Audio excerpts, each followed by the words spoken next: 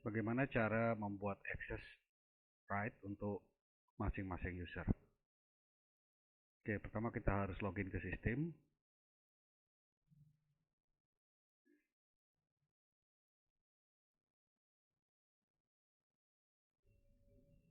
Kemudian setelah login, kita harus mengaktifkan developer mode-nya, yaitu dengan cara klik account, kemudian developer mode yang ada di sebelah kanan atas pojok ya.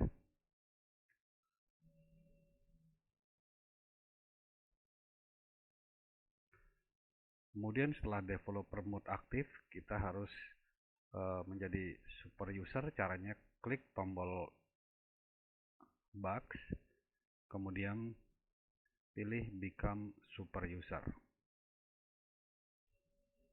Tanda bahwa kita aktif di super user adalah ada warna seperti ini di pojok kanan atas. Nah, kemudian baru kita bisa mengatur semua akses dari masing-masing user. Caranya kita pilih menu setting, kemudian user, kemudian apa yang akan kita setting di sini. Nah, saat ini sebelum kita meng-create user, kita harus mengatur branch karena di sini ada kantor cabang. Kita harus mengatur cabangnya dulu, kantor-kantor cabang kita setting. Caranya kita pilih branch.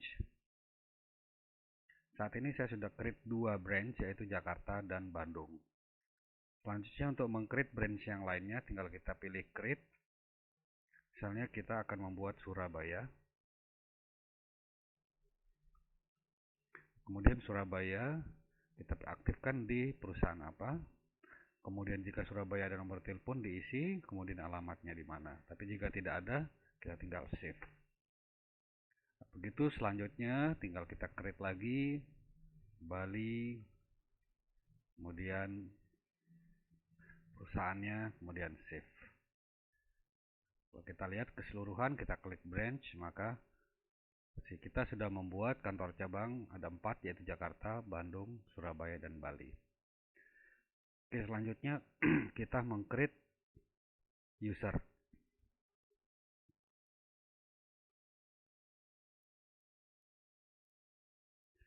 Saat ini sudah ada 2 user, yaitu administrator dan tes.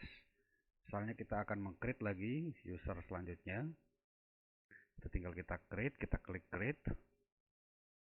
Kemudian nama usernya apa.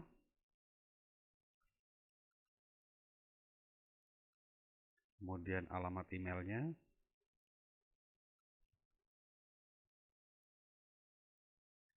Kemudian access rate-nya kita atur.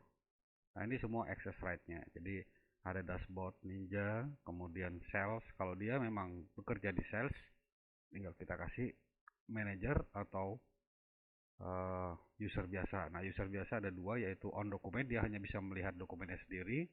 Kalau user all dokumen, dia bisa melihat semua dokumen sales yang lainnya. Project management di sini kita apakah dia sebagai user atau sebagai manager. Inventory apakah sebagai user atau sebagai manager. Purchase user. Kalau dia sebagai manager maka dia bisa mengapprove. Kontak kalau dia bisa mengcreate kontrak ya. Kontrak kalau dia bisa mengcreate kontrak. Leave management. Material kalau dia sebagai material manager pilih material. Branch di sini kalau dia sebagai branch manager kita pilih branch, tapi kalau hanya user kita klik user. Begitu seterusnya untuk expense, kalau dia tidak ada aksesnya ke expense. Attendance, nah yang attendance ini berarti dia bisa manual. Manager, payroll, fleet tidak ada. Survei sebagai user. Helpdesk, kalau dia sebagai helpdesk yang mengatur maka manager, tapi kalau tidak user. Nah, kemudian kita aktifkan sesuai dengan kebutuhan di sini. Apakah dia bisa mengakses kemana saja, dia tinggal kita pilih. Itu juga di sininya apakah dia bisa meng-create kontak atau multi company, kemudian access right-nya yang lain. Nah, ini untuk mengatur access right-nya.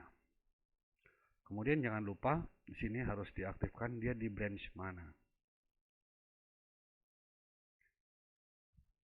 Dia kerja di Jakarta, tapi dia bisa mengakses ke branch mana saja. Ini berarti dia bisa mengakses dua lokasi, yaitu Jakarta dan Bali. Kemudian time zone-nya jangan lupa diaktifkan.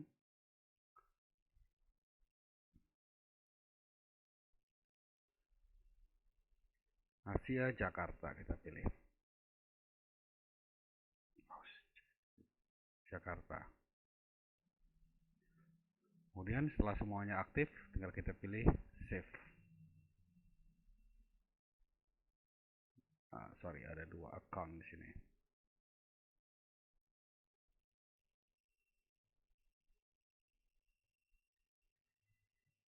Jadi email tidak boleh double.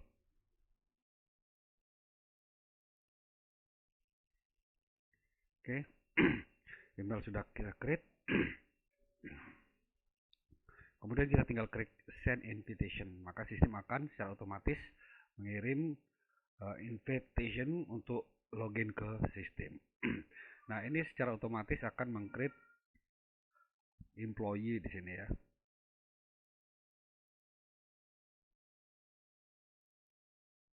Secara otomatis akan meng-create employee.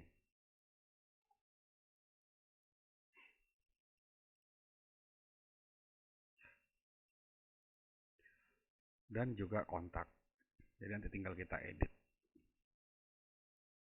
Oke, caranya begitu. Jangan lupa bahwa key-nya adalah dari developer mode, kemudian become super user.